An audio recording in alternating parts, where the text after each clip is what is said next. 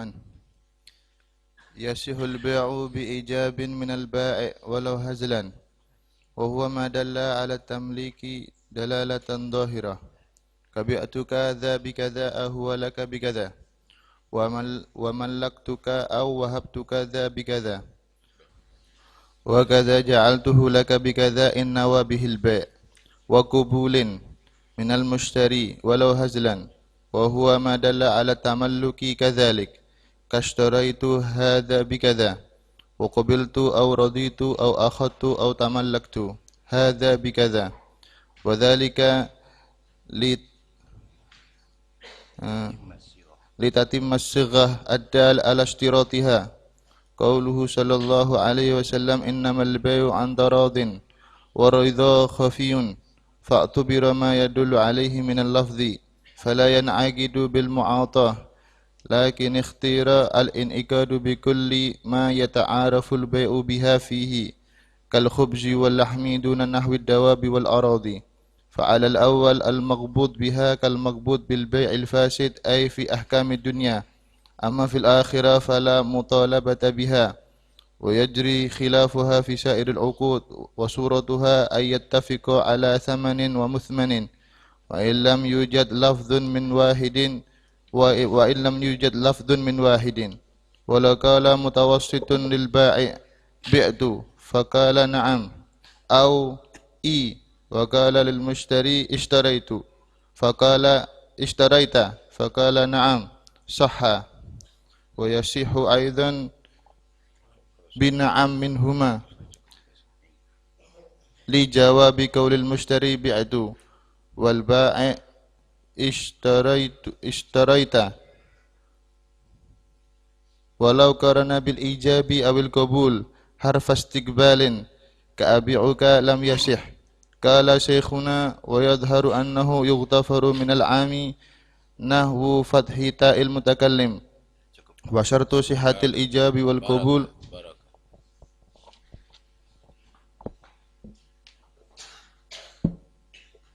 Bismillahirrahmanirrahim. Yasihul bai'u bijabin minal ba'i' wa la zan wa ma dala 'ala tamlik dalalatan dhahirah. Kemarin dijelaskan bahwa akad bai' itu adalah akdu muawadhah maliyah yaktadi milka ainin aw manfaatin 'ala dawam la 'ala wajhil qurbah.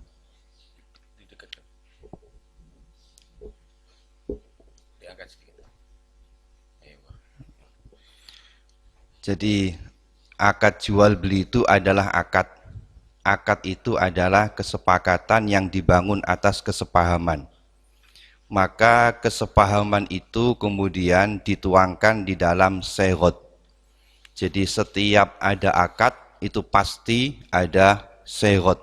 Karena kesepahaman itu tidak dapat diketahui tanpa ada ungkapan yang menunjukkan atas kesepahaman akan transaksi yang dilakukan.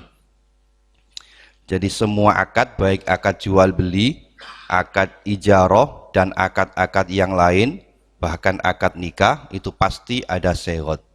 Demikian juga ucapan yang berkaitan dengan halul akdi atau melepaskan akad, seperti tolak, seperti idku raqabah atau memerdekakan budak, pasti juga memerlukan syarat. Maka yang pertama dibahas dalam rukunnya jual beli ini adalah syarat. Syarat itu isinya satu paket, yaitu ijab dan qabul. Ijab itu min jihatil ba'i', qabul min jihatil mushtari. Syarat ini adalah salah satu pilar utama di dalam akad jual beli menurut qaul yang muktamad. Dasar daripada syarat ini, kewajiban rukun syarat ini adalah hadis riwayat Ibnu Majah, Ibnu Habban dan lainnya, yaitu innamal bai'u antarodin. Innamal bai'u ini adat hasr, yakni tidak ada akad jual beli yang sah kecuali dibangun atas dasar saling ridho. Dalam hadis ini menunjukkan bahwa manatul hukmi atau ikatan hukum di dalam keabsahan jual beli itu hanya didasarkan pada ridho. Sedangkan ridho itu adalah sesuatu yang ada dalam hati, amrun yang khofi. Karena kesepahaman tadi. Oleh karena sesuatu itu ridho ini khofi, di dalam ketentuan hukum Islam atau dalam usul fikih dinyatakan bahwa jika ada hukum dikaitkan dengan sesuatu yang tidak jelas, maka harus dicari kaitan sesuatu yang menjadi madhinnahnya.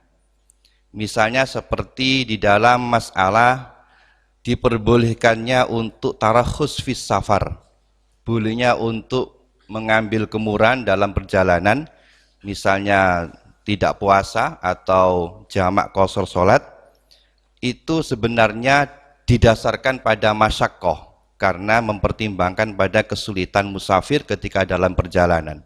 Namun masyaqqah itu sesuatu yang tidak jelas, yang relatif, sehingga tidak bisa hukum itu dikaitkan dengan sesuatu yang tidak jelas. Karena yang dikatakan sebagai ilat itu adalah wasfun zahirun mundhabitun yu'arriful hukma. Sifat yang zahir, yang mundhabit, yang dapat memberitahu pada hukum.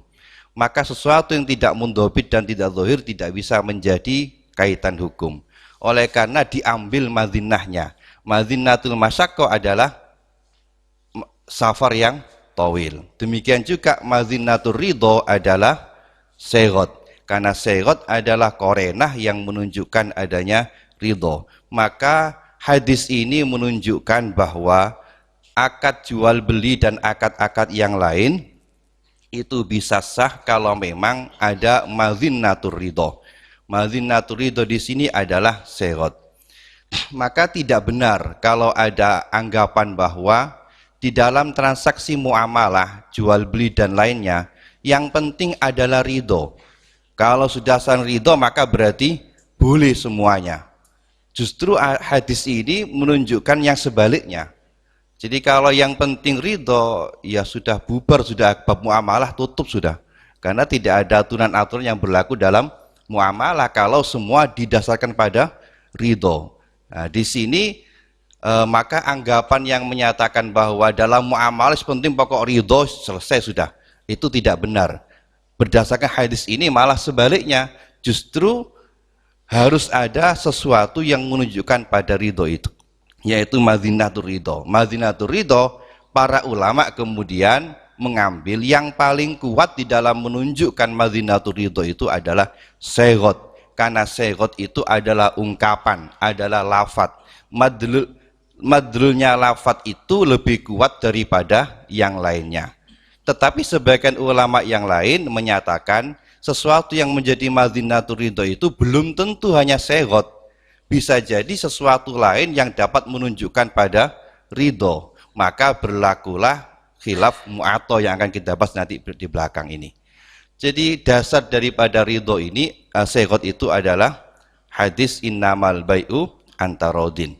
Segot itu adalah satu paket tadi, ijab dan qabul. Ijab itu min jihatil ba'i', qabul itu min jihatil mustari.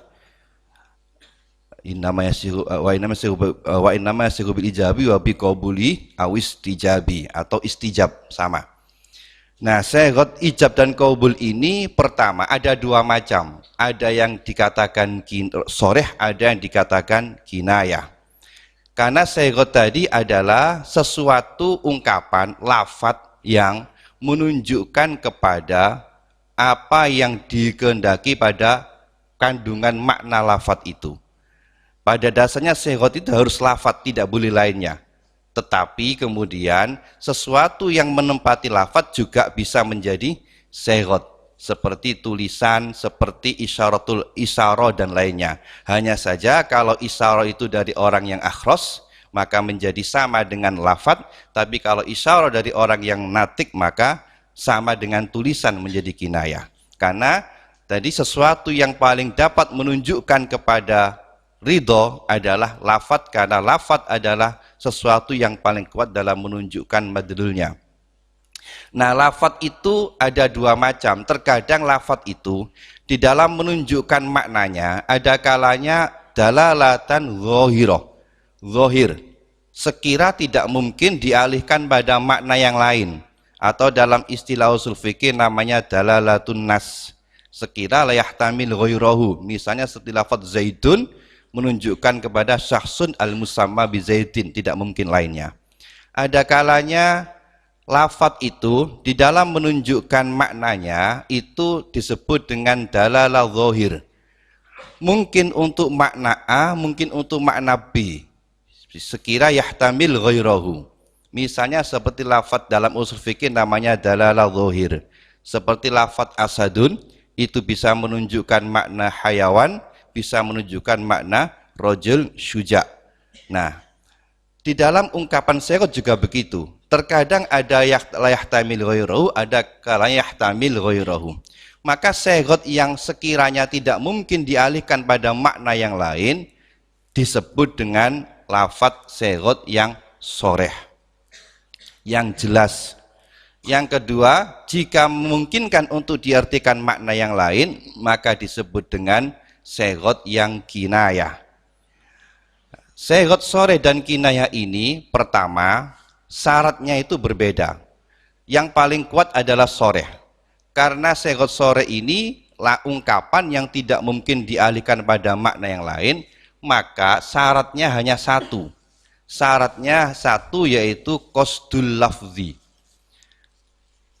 Sebuah syarat yang sharih bisa dikatakan sebagai syarat yang memiliki dampak hukum kalau memang kalimat itu diucapkan secara sengaja dan sadar.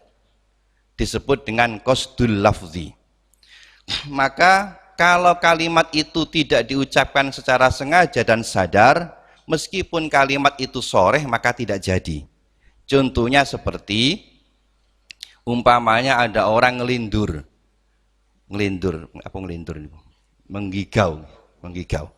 Pas tidur kemudian dia ngomong, saya jual barang ini. Meskipun kalimatnya itu sharih, tidak jadi. Karena kalimat itu tidak diungkapkan dengan qasdul lafzi. Yang kedua, qasdul lafzi itu dapat terwujud kalau memang al-lafid, orang yang mengucapkan itu, mengerti pada makna secara global daripada lafaz yang diucapkan.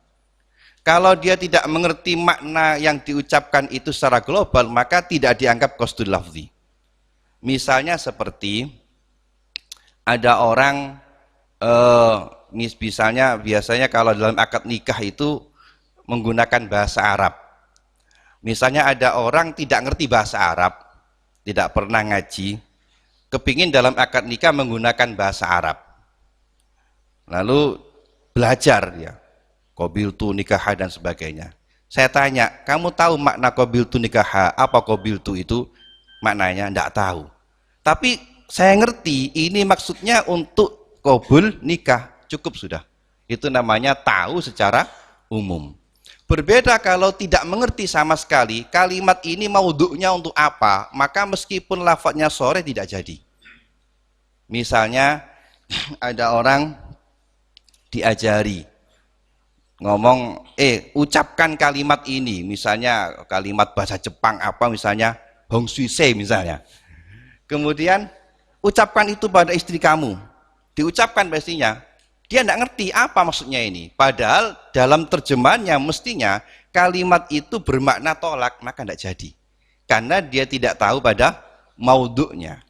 Maka lafadz sharih itu cukup qasdul lafzi, maksudnya sekira ucapan itu diucapkan dengan sadar, tidak karena menggigau, dan juga ngerti pada maudhu'nya. Meskipun tidak ada qasdul iqa', meskipun tidak ada maksud untuk menjatuhkan atau untuk melakukan akad yang dia ucapkan, maka jadi walau hazlan. Misalnya guyonan sama temannya, sudah sepeda motor ini tak jual sama kamu 10.000, guyonan sama temannya, ya saya beli, jadi. Loh, saya guyonan kok, tetap meskipun niat guyonan jadi. Nah, maka ada ungkapan, ada akad itu hazluhunna jaddun wajadduna jaddun. Jadi guyonan itu jadi serius, apalagi serius juga jadi serius.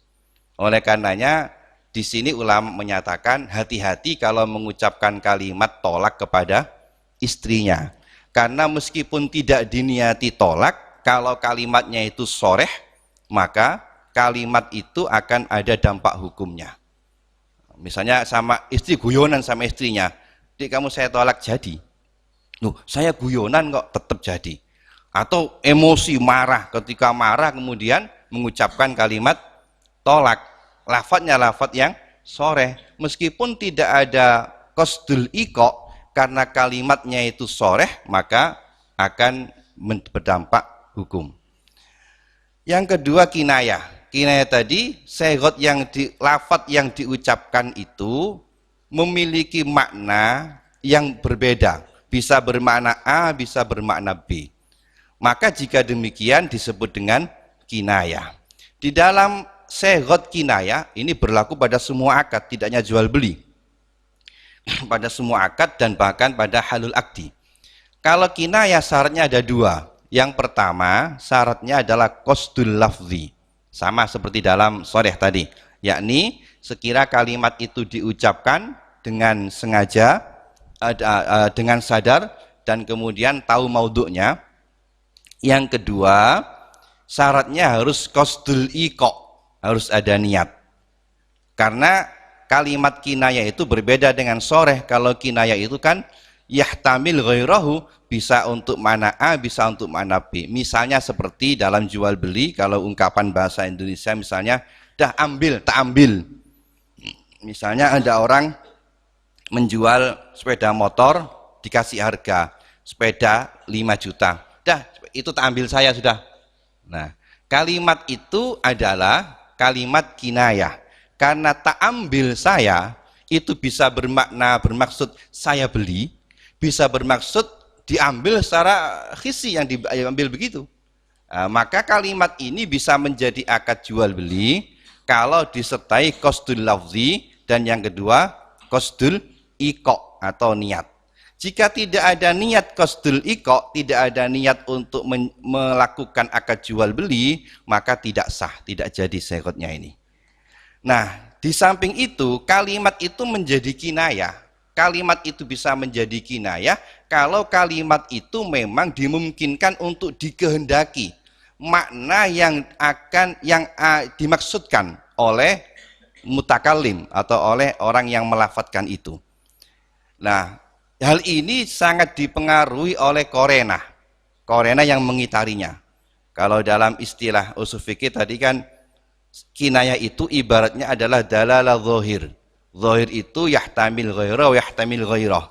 Misalnya asadun itu yahtamil makna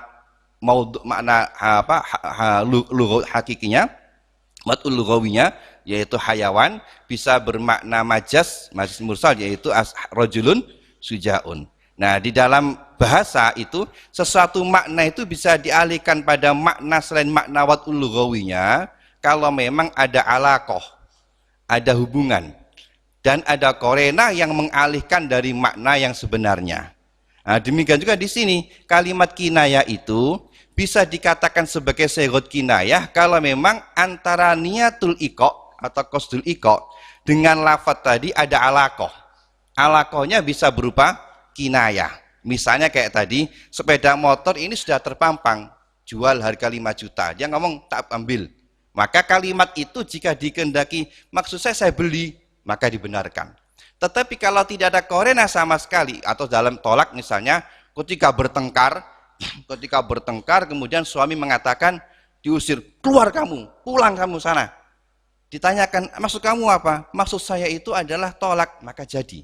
Karena kalimat tadi itu jika dikehendaki makna tolak itu dapat benar, ada alaqahnya. Alaqahnya berupa korena tadi bertengkar dan sebagainya itu.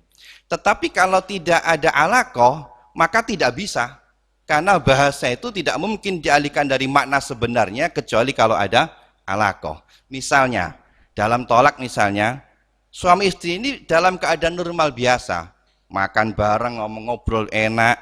Suami ngomong sama istrinya, "Dik, kamu keluar, Dik.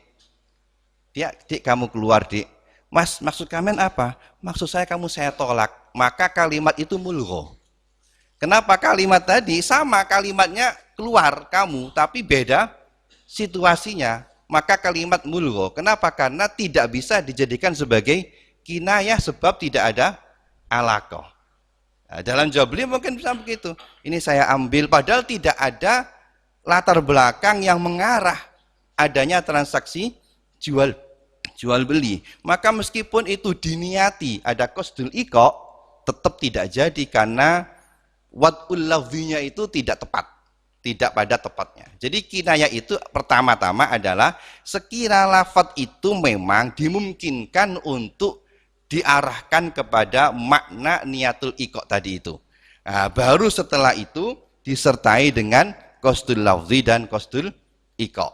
Nah, ini berlaku pada semua segot, baik segot akad jual beli, segot akad maupun segot yang halul akdi.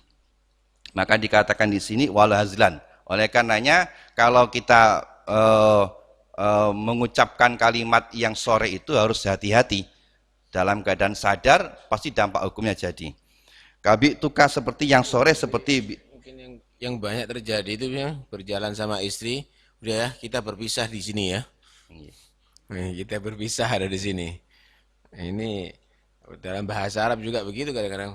Khalas natafaraqu min huna gitu. Itu harus diperjelas itu. Apakah itu sorry karena firaq itu juga termasuk sighah sharihah itu. Ya.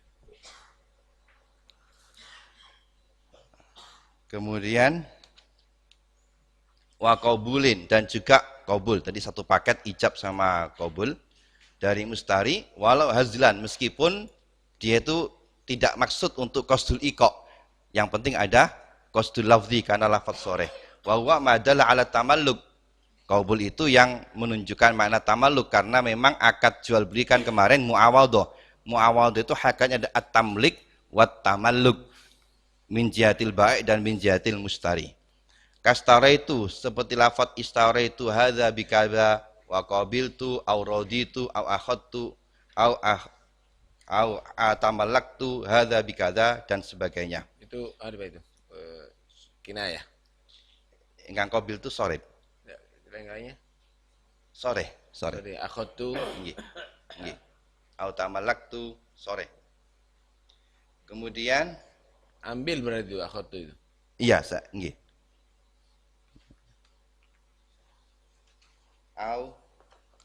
Akhadtu berarti ambil sore. Min jihatil mustari.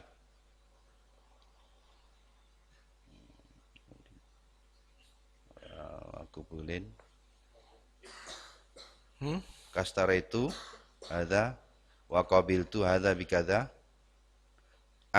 Akhadtu au tamallaktu hadza bikadza. Oh, kalau ada bikadzanya. Ada bikadzanya.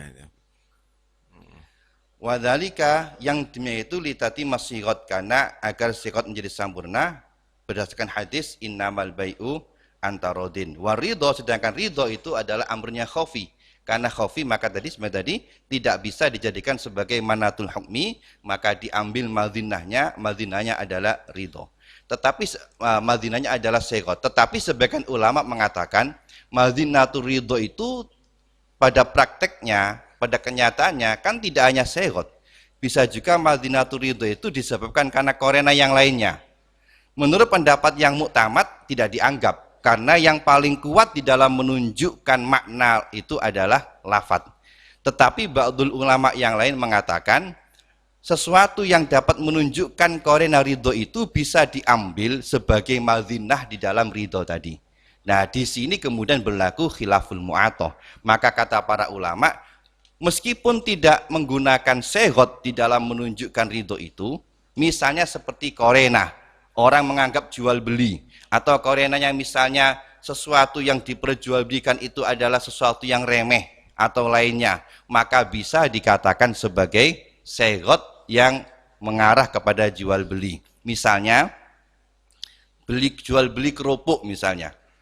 Kalau saya beli kerupuk harga 500, kalau saya masih ngomong, Pak saya beli kerupuknya kesuwen, nah, orang sudah ngerti sudah itu mesti jual beli sudah. Maka Yang demikian ini menurut sebagian ulama hukumnya sah karena dianggap meskipun tidak ada lafadz sudah ada korenah yang menunjukkan kepada ridho tadi. Disebut dengan akad mu'atoh. Nah, mu'atoh itu maknanya sekira tidak ada segot dari keduanya atau dari salah satunya, tetapi ada sesuatu korenah yang menunjukkan adanya ridho. Akad mu'atoh ini menurut sebagian ulama sebagaimana disampaikan oleh Al-Imam Al-Mutawalli dan Al-Baghawi, hukumnya sah fima ya'uddun nas bai'an, sekira praktek itu oleh masyarakat dikatakan sebagai jual beli. Tetapi menurut sebagian lain, misalnya Ibnu Suraj dan Imam Ar-Rawyani, akad ini mu'atoh ini dapat tergambarkan kalau memang benda yang diperjualbelikan itu nilainya rendah, remeh, seperti kerupuk dan sebagainya. Tetapi kalau nilainya tinggi, maka belum cukup. Kenapa? Karena pada umumnya orang tidak menganggap cukup. Misalnya dalam jual beli tanah. Jual beli tanah nilainya miliatan. Dalam kenyataan sekarang kan juga begitu. Tidak cukup hanya dengan akad segot saja, bahkan pakai notaris, pakai apa? Dicatat dengan surat dan macam-macam, sebab tidak ada kepercayaan antara satu dan lainnya. Jika demikian, maka tidak berlaku khilaful mu'atoh. Kenapa? Karena korenah yang mengarah kepada ridho tadi masih belum cukup. Nah, demikian dikatakan oleh Imam Ibnu Suraj dan Ar-Rawyani. Dan pendapat yang menyatakan sahnya akad mu'atoh ini adalah pendapat yang kuat. Pendapat yang kuat dan dipilih oleh Imam Nawawi. Nah, namanya Qaul Mukhtar. Qaul Mukhtar itu ya kalau Nawawi fi adunas bai'an. Fi adunas bai'an. Nawawi. Inggih, Nawawi.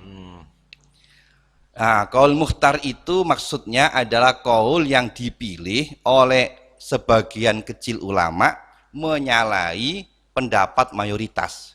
Karena ulama tersebut memandang ada sesuatu dalil yang menguatkannya.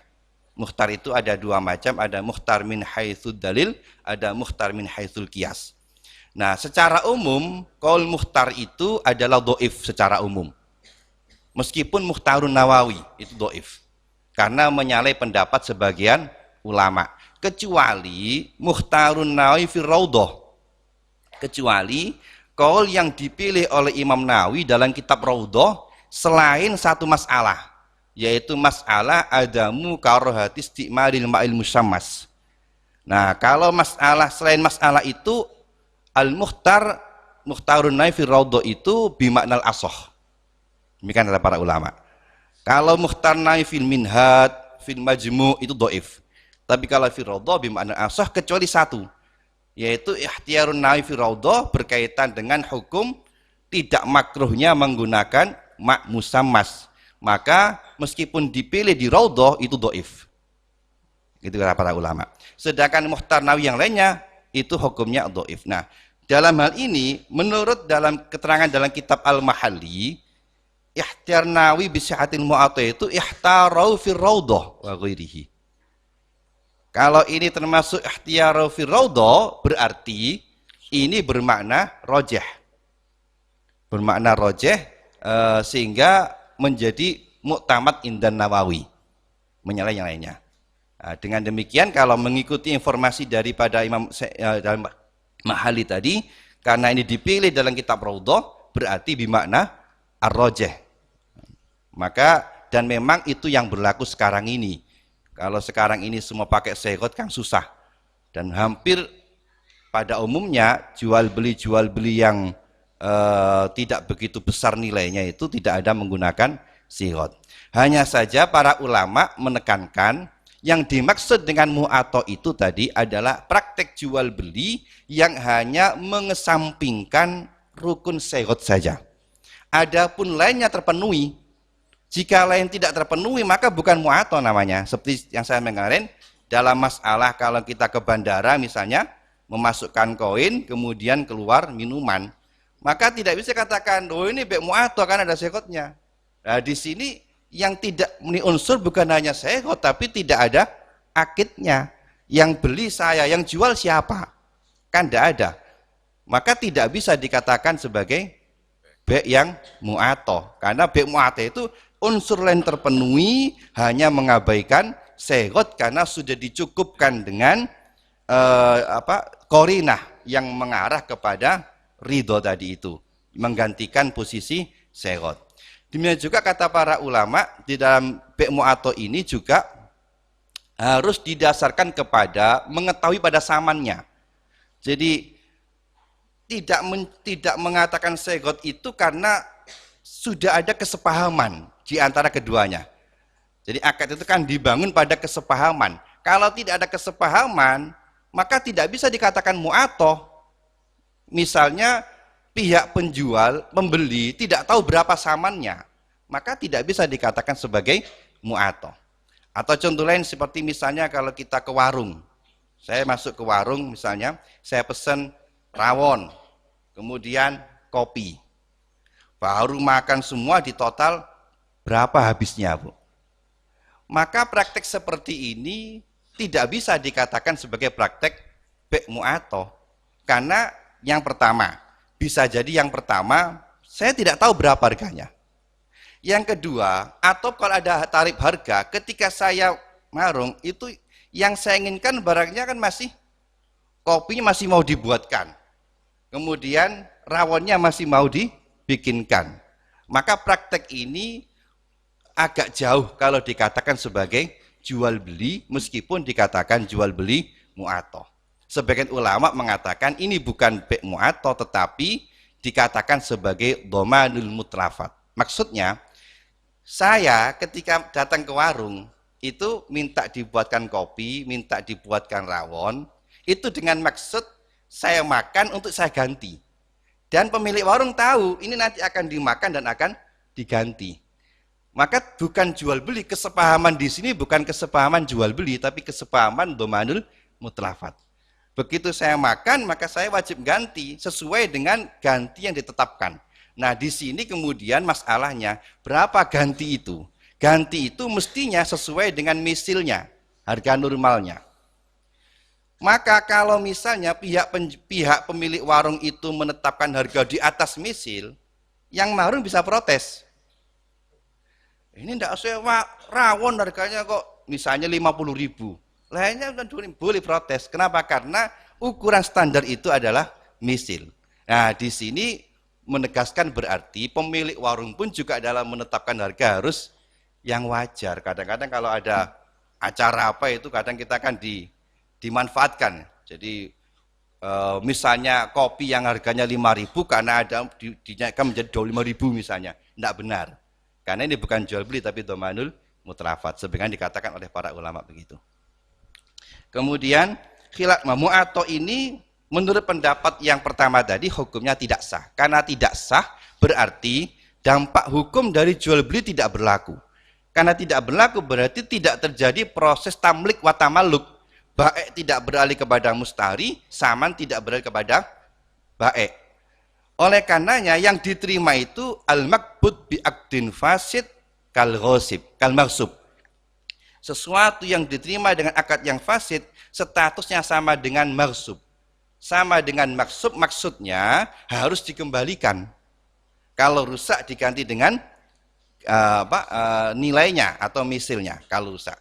Jadi kalau mestinya uang yang diterima tadi dikembalikan, barang yang dibeli dengan mu'atoh tadi dikembalikan kalau mengikuti pendapat yang mengatakan tidak sahnya mu'atoh. Tetapi dalam urusan amma fil akhirah fala mutolabata biha. Tetapi dalam akhirah tidak ada mutolabah pada benda yang diterimanya. Artinya apabila benda ini dimakan, nanti tidak ada dampak hukum, tidak dikatakan makan barang haram. Kenapa? Karena sudah didasarkan pada ridho. Demikian kata para ulama. Tetapi meskipun tidak ada mutolabah pada bendanya, ada mutolabah pada prakteknya. Karena dalam jual beli itu ada dua aspek. Yang pertama aspek praktek akadnya, perbuatannya. Yang kedua praktek aspek pada benda yang diterimanya. Benda yang diterimanya halal memang. Meskipun akad fasid karena ridho. Tetapi cara yang ditempuh seperti itu karena menyalahi ketentuan syariat namanya ta'atil uqud al-fasid itu hukumnya adalah haram, tidak boleh. Karena melakukan perbuatan yang tidak sesuai ketentuan syariat itu, perbuatan itu hukumnya berdosa. Oleh karenanya para ulama mengatakan bagi orang yang akal jual beli wajib hukumnya untuk mempelajari ilmu jual beli. Bagi orang yang akan melakukan ijarah wajib hukumnya belajar ilmu ijarah. Wal bai'i lil muhtajid tabayui wa dhil ahkami fi sanai. Maka bagi dia yang tidak mengerti meskipun barangnya ridho tetap berdosa karena ta'atil uqud al-fasidnya. Dosanya dosa apa? Pendapat yang muktamad dosa soghir minas soghoir. Tapi menurut Ibnu Hajar al-Hitami dalam kitab Az-Zawajir, muta'atil uqud al-fasidah mu'ato ini, dalam bab mu'ato ini misalnya hukumnya adalah dosa besar minal kabair inda Ibnu Hajar fi Zawajir, tetapi al-mu'tamad minas soghoir. Wa yajri khilafu fi sa'il uqud, dan akad mu'ato ini berlaku pada akad-akad yang lain seperti saya katakan tadi, dan bahkan semua akad yang lain. Hanya ada beberapa akad yang diperselisihkan oleh para ulama. Misalnya dalam hibah, apakah berlaku atau tidak. Dan akad yang bisa ditasawurkan, yang bisa untuk ditasawurkan dalam praktek mu'atoh. Nanti kita bahas pada masing-masing bab. Wa suratuha, contoh daripada mu'atoh, sekiranya antara penjual dan pembeli itu sudah sepakat pada saman. Sepakat pada saman berarti sudah mengetahui pada samannya. Oleh karenanya bai'ul istijror itu kan menurut Imam Nawawi itu tidak bisa dikatakan bai' mu'atoh. Karena istijror itu begini prakteknya. Misalnya saya punya catering. Setiap hari saya itu membutuhkan bahan belanjaan ABC macam-macam. Tetangga saya kebetulan ini toko penjual macam-macam. Setiap hari saya ngambil, tidak pakai akad sudah. Saya ngambil untuk kebutuhan itu, nanti 1 bulan saya total berapa yang saya ambil itu. Nah, praktek seperti ini kata Imam Nawawi namanya bai'ul istijror. Tidak sah dan bukan tergolong mu'atoh. Kenapa? Karena tidak didasarkan pada ittifaq saman dulu. Waktu ngambil tidak tahu ini berapa ini. Baru tahunya terakhir totalannya berapa. Nah, maka jika diakadkan jual beli, meskipun itu menggunakan mu'atoh, tetap tidak sah karena tidak ada kata mu'atoh. Sebab tidak ada ittifaq fis saman. Khilafan lil Ghazali. Amma indal Ghazali maka termasuk boleh sama dengan mu'atoh indal Ghazali. Bukan masuk akad jual beli. Azza Ghazali itu. Bukan jual beli. Jual beli sama dengan mu'atoh. Nah, ya. Kalau Ghazali Sama dengan mu'atoh. iya, kalau yang Anawi bukan sah. Layu sama bayan. tapi kena dhaman mutlaqah. Domane nggih. Iya. Domannya nggih, tapi mboten sah, mboten cocok. Iya, maksud dhaman. Ndak ada muskil tadi itu. Itu kan mu'atoh kan barang dan diketahui ada ittifaq dalam zaman. Nah kopi itu dibuatkan kan belum dibuatkan berarti belum dikatakan mu'atoh kalau begitu. Kalau sudah jadi kopi dikasihkan baru itu mu'atoh. Zamannya sudah ada ittifaq kok. Tidak dikatakan mu'atoh dari mana ya? Kesepahamannya itu kan ketika masuk warung itu kan mau dibuatkan kopi. Buatkan kopi, kemudian buatkan rawon. Iya. Maka kalimat itu tidak bisa dikatakan sebagai jual beli. Mabeknya tidak ada dan samanya juga tidak tahu berapa. Nah, setelah jadi kan dikasihkan. Kan bukan saja ketika dia menyatakan itu. Kan enggak harus ada ijab atau ada gobul kan kalau mu'atoh itu kan. Ya, tapi didasarkan pada kesepahaman. Kurang anu ya. Ini. Coba kita. Jadi kan yang penting ada barang, ada mabiknya, kemudian ada ittifaq zaman. Ini. Nah, mabik ketika sudah dibuatkan berarti ada mabik. Ketika sudah dibuatkan itu berarti ada mabik. Ya, saat itu memang tidak. Kemudian setelah itu kan dibuatkan, kan berarti ada mabik setelah itu. Diserahkan kan sudah ada berarti mabiknya. Menyerahkannya bedakan itibanya pada akad itu. Bukan menyerahkannya. Ini dikatakan yang disebut mu'atoh itu kan penyerahannya kan, bukan lafadznya kan. Bukan, serah terimanya beda. Kobetnya serah terima. Coba ya. Nanti kita bahas sendiri mungkin ya. Kita selesaikan dulu. diteruskan. Iya, iya. Itu sudah selesai tadi, belum pembahasan? Dereng. Walau qala masih belum walau qala. Walau qala mutawassitun, berkaitan segot lagi. Walau qala mutawassitun, dalam akad jual beli tadi ya segot. Segot itu mestinya dari pihak baik mustari, mujib qabil dua orang ini. Tetapi juga bisa melibatkan orang lain di dalam menyampaikan lafadznya. Melibatkan orang lain, yaitu disebut dengan mutawassit. Jika berkata pihak ketiga, misalnya Zaid sama Umar, ada Bakar. Bukan Bakar namanya mutawassit ini. Mutawassit berkata pada Bae, Bikta, sepeda motor kamu jual tak? Sama Zaid. Zaid mengatakan, Faqala na'am, iya saya jual. Na'am, iya, cukup itu aja. Tidak pakai iya saya jual, na'am, iya. Kemudian mutawassit tadi, Bakar tadi juga tawin sama Umar, kamu mau beli sepeda motor ini tak?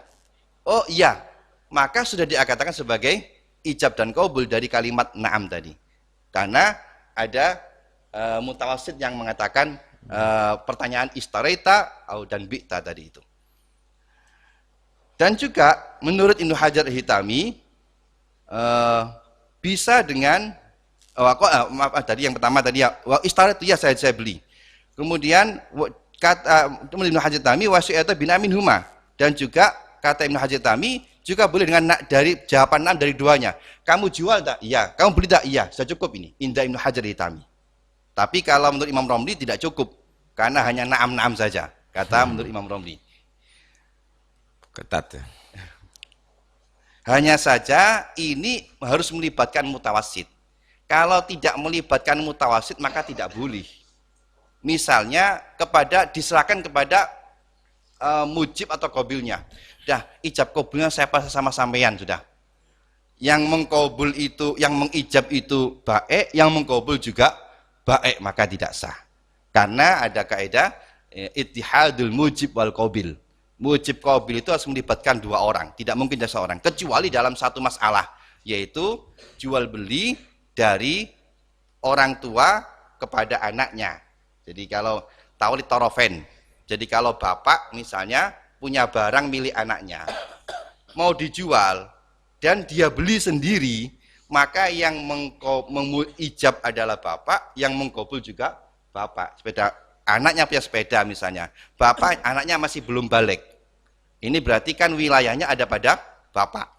Sepedanya mau dijual oleh bapaknya, mau dibeli sendiri, maka yang mengijab itu bapaknya, yang mengqabul juga bapaknya. Hanya saja apakah di sini harus ada segot dari satu orang tadi? Jadi bapaknya harus ngomong bi'tu istaraitu.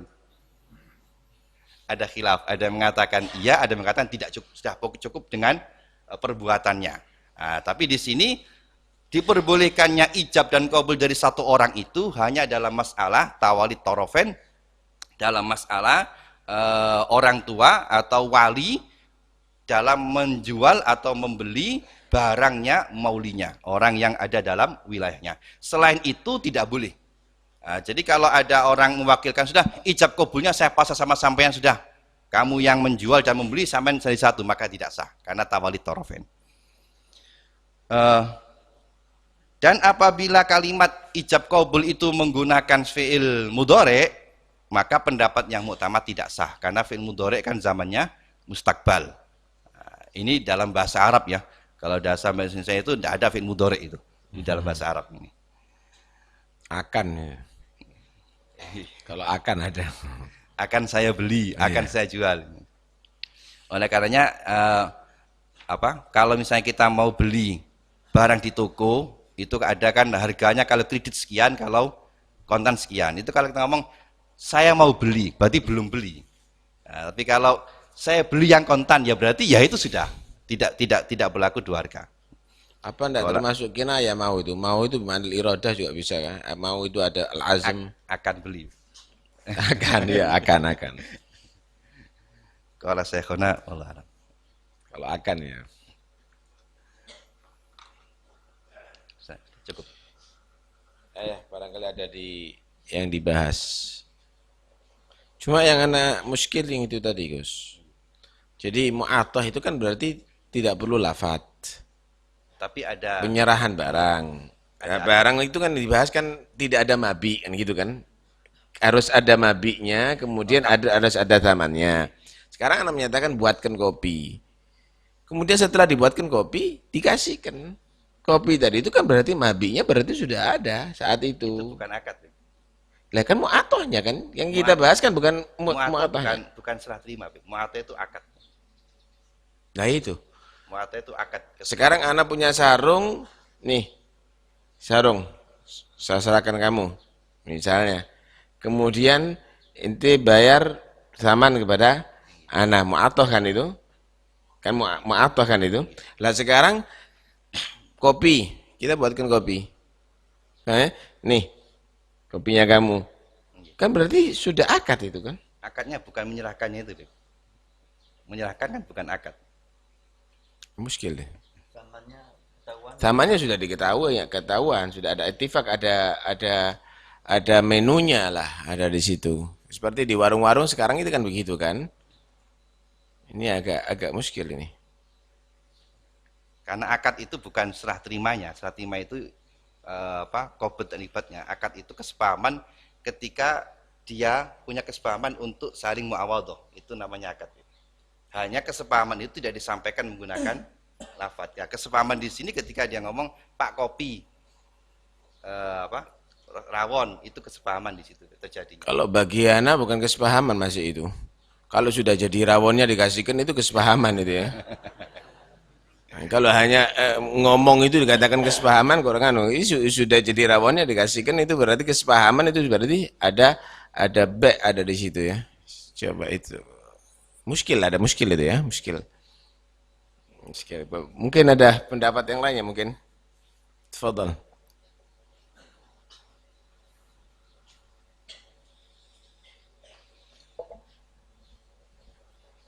Cuma yang jelas ala kulli hal masih ada khilaf kan ada di situ ya. Masih ada khilaf dalam mu'athah itu sendiri pun masih ada khilaf, masih ada di sana. Ada yang lain? Boleh ada tambahan? Boleh apa? Ada yang perlu dipertanyakan? Silakan. Yang dekat dulu. Betul. Terima kasih. Tentang al-makbud bil mu'atoh. Itu kan seperti al-makbud bil bai'il fasid. Kemudian saya ada iskal di sini, tidak paham ya. Kemudian di i'anah itu ada termasuk fa'inkana zakawiyan fa'alahi zakatuhu. Wajib zakat. Tapi kok ada lakin la yalzamu ikhrajuha. Ada wajib zakat tapi tidak wajib mengeluarkan. Illa in ada. Nah, kelanjutannya, apakah kemudian mengembalikan yarudu itu tidak wajib? Karena ada kandungan wajib zakat bagi orang lain. Terima kasih. Baik.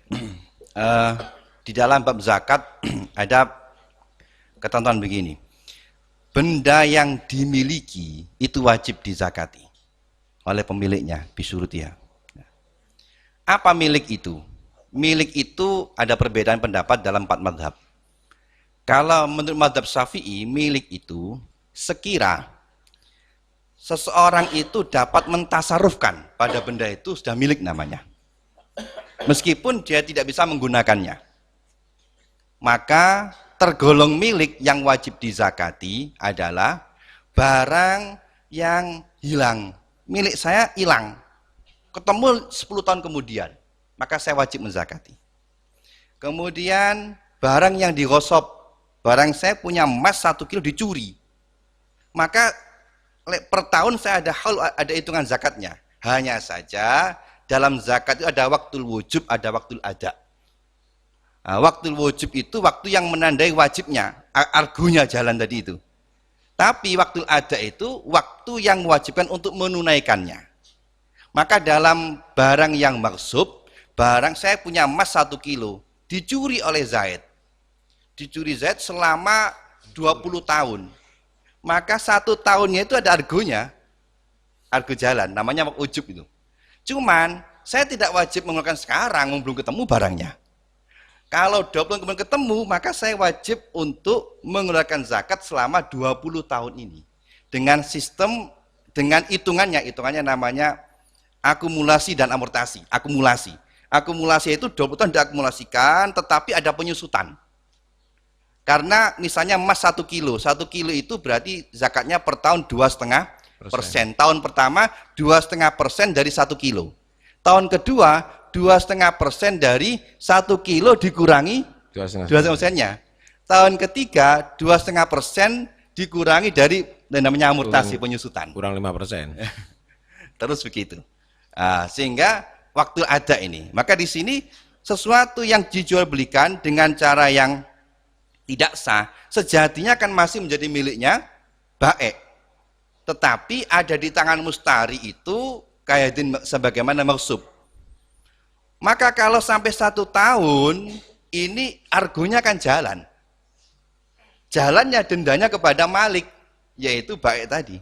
Cuman dia tidak wajib mengeluarkan saat itu, karena masih ada di tangan orang lain. Nanti kalau dikembalikan, baru ditunaikan dengan model akumulasi dan amortasi tadi, penusutan tadi itu. Bahkan kalau ada barang temuan, misalnya saya rumah, kemudian waktu gali sumur, ternyata dalam sumur ini saya menemukan 1 kotak emas 5 kilo misalnya. Ini milik saya jelas, karena ini rumah saya. Saya usut ternyata ini peninggalan buyut saya, tahun 1800 sekian misalnya. Ahli warisnya yang ada tinggal saya. Berarti ahli waris dari buyut itu punya anak satu sampai saya. Berarti ini milik saya.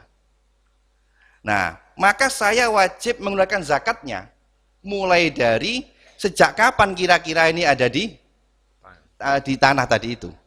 Nah, misalnya kita hitung misalnya dengan ada waktu 100 tahun misalnya. Maka saya hitung 1 kotak ini berapa kilo per tahunnya tadi, argonya jalan. Jadi saya harus mengeluarkan zakat dari sini dengan akumulasi dan amortasi tadi itu. Sama seperti itu. Yang saya tanyakan itu dari yang lain, ini wajib tidak mengembalikan karena statusnya kan dainun wa idza kana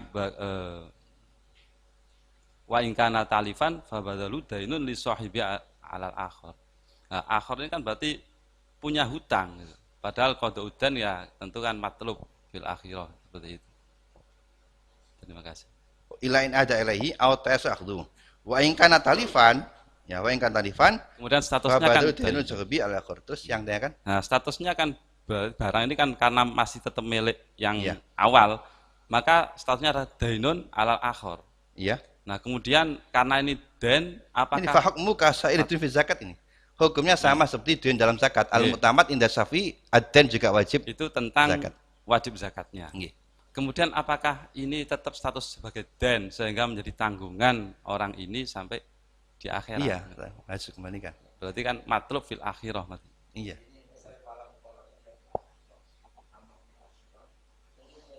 Iya. Jadi begini mungkin kan ketika barang itu belum dikembalikan, kan berarti tidak ada wujubul ada. Untuk pembayaran zakatnya nggak ada. Loh, sedangkan kalaupun tidak dikembalikan, fala mutalabata fil akhirah. Walaupun hukum awal itu adalah harus saling dikembalikan karena dianggap kal mausub. Kan itu kan harus wajib untuk urut. Lah sekarang kalau fala mutalabata fil akhirah, kalaupun tidak dikembalikan, berarti juga nggak ada masalah fil akhirat, kan itu. Lah padahal apakah ini tidak menjadi suatu orang yang pemilik barang itu akhirnya tidak mengeluarkan zakatnya gara-gara barang nggak kembali? Nah, ini kan hukum dunia, fi ahkami dunia sama akhir kan tidak bisa dijadikan satu. Fi ahkami dunia, maka barang itu tetap menjadi miliknya baik. Fi ahkami dunia, secara hukum normatifnya kan miliknya baik. Maka normatifnya juga wajib zakat. Nah, akhirnya kan bukan normatifnya. Maka berbeda hukum dunia akhirat. Itu kadden itu di situ tasbihnya apa gitu loh. Kasairu duyun fi zakah kan, jadi Maksudnya dianggap tetap berarti dianggap zakat sampai fil akhirat kan gitu. Bukan akhirat, dunia. Ini kan secara hukum dunia statusnya kan menjadi miliknya dia. Yang ditasbih apanya, Beb? Masa semuanya ada di situ. Di dalam urusan karena malnya zakawi, maka dinyatakan wajib zakat gara-gara maliknya tetap si baik, tanpa ada perpindahan kepemilikan dari baik ke mustari, kan Karena itu gitu. normatifnya, Gara-gara itu dunia. baiknya fasid. Nah, yang mungkin timbul pertanyaan jadi begini. Loh, ketika kalaupun tidak dikembalikan fala mutalabata fil akhirah, berarti akhirnya Pak menuntut tidak akan ada wujubul ada pada itu si baik. Itu bukan Berarti demikian. bukan hukum normatifnya, itu hukum akhirat. Enggak, kan itu bukan berarti secara al-itlaq. Kalau asad itu wajhu syabahnya itu kan ada syajaahnya. Ini hukumnya aja ini. Hukumnya aja di sini, bukan berarti ada di akhiratnya. Hukumnya disesuaikan dengan den, lebih tepat kepada den gitu loh. Terus Hah? terus mungkinnya begini.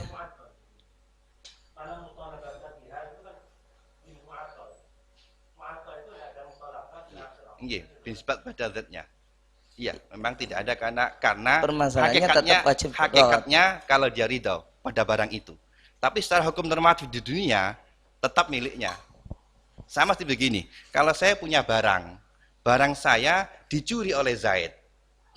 Saya ridho. Tapi saya tidak memberikan kepadanya. Secara hukum normatif milik siapa barang itu? Kan milik saya. Meskipun saya ridho. Kalau misalnya mati tidak ada mutalib akhir, saya ridho hakikatnya. Tapi dalam hukum dunia itu milik saya. Di akhirat itu kan tuntutan. Di akhirat itu kan ada tuntutan. Tuntutannya karena tidak ada mutaradhi kan. Tidak ada mutaradhi. Mutolabahnya ini. Bukan status barangnya, mutolabahnya saja.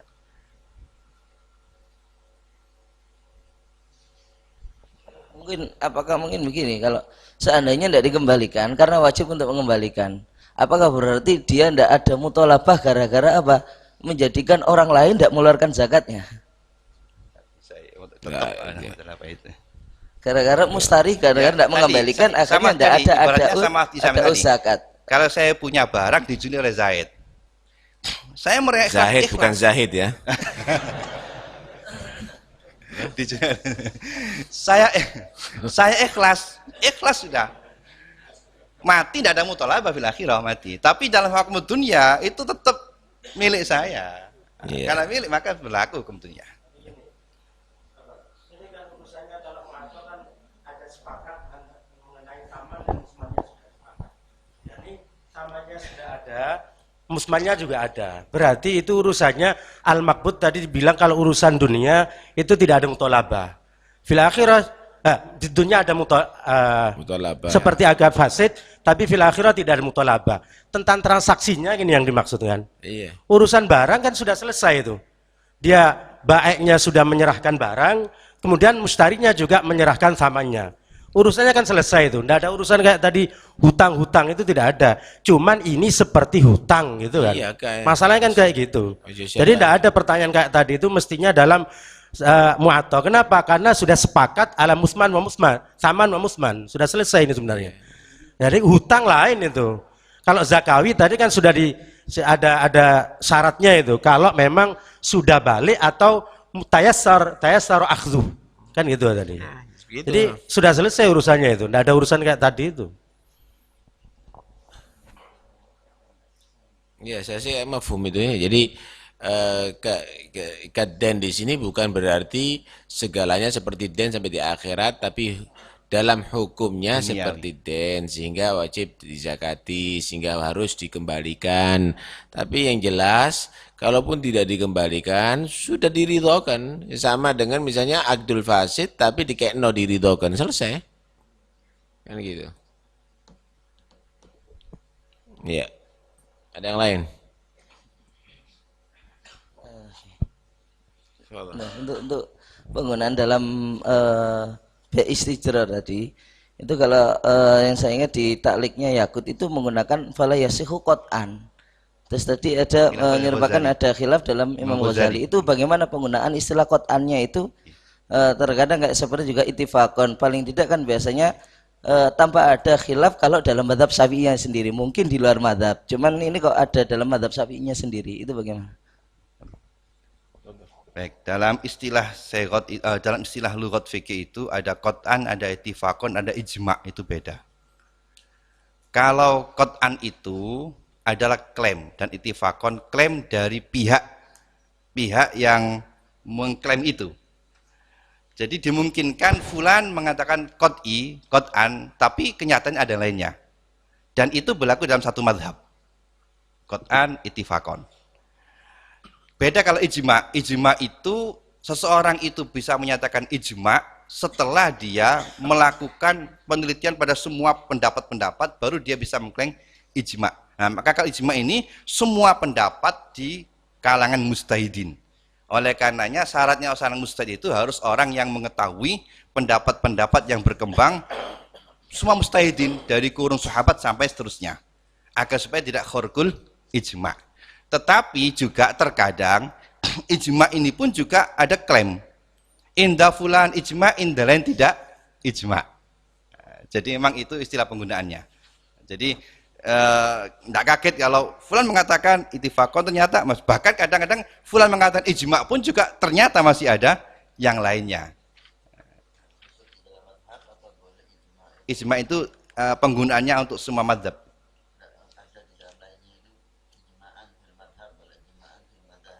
Kalau penggunaan yang semestinya bukan. Ijma itu untuk semua madhab. Kalau satu madhab itu namanya ittifaq atau qat'an. Tetapi itu juga klaim. Di Sarwani sendiri kan. Wal istijrar min baya'in batilun ittifaqon. Dari tufanya. Wal istijrar min baya'in batilun ittifaqon ay minasyafi'iyah. Padahal Imam Ghazali tidak. Imam Ghazali memperbolehkan padahal. Ini langsung dari gitu. diperjelas lagi oleh Abdul Hamid Syarwaninya ay minasyafi'iyah. Padahal Imam Ghazali membolehkan padahal.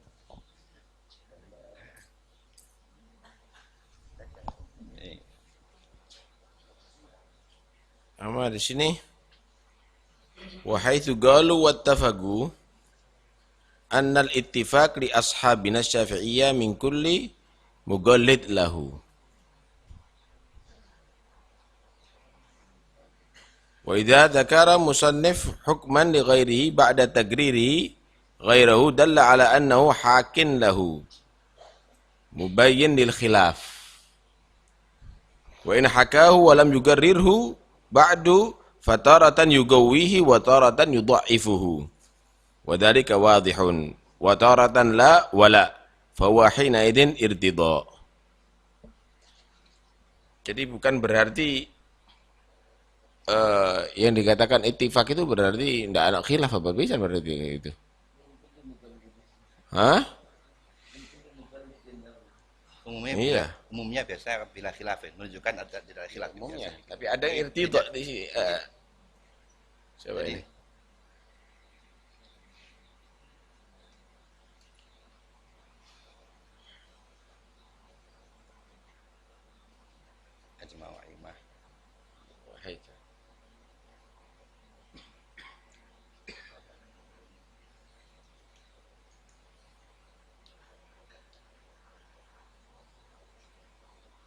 Mungkin sebelumnya ada disebutkan khilaf gitu mungkin. Kalau di ini pertama kali yang menyatakan tidak sah itu kan Imam Rawyani dalam Da'nus Shalah, kemudian dikutip oleh An-Nawawi dalam kitab Majmu'. Nah, baru kemudian kata sebagian Nudhur Tarjih itu mengkritik gimana Imam Nawawi ini kok menyatakan ini dipastikan pendapat padahal itu pendapat Ibnu Shalah dan itu masih mukhtalafeh.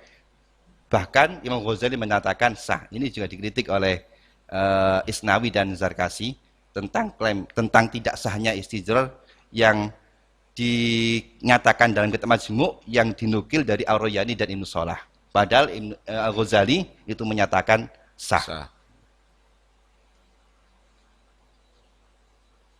Artinya ittifaq ada di situ bukan berarti total semuanya. Kalau di situ ada disebutkan khilaf kan berarti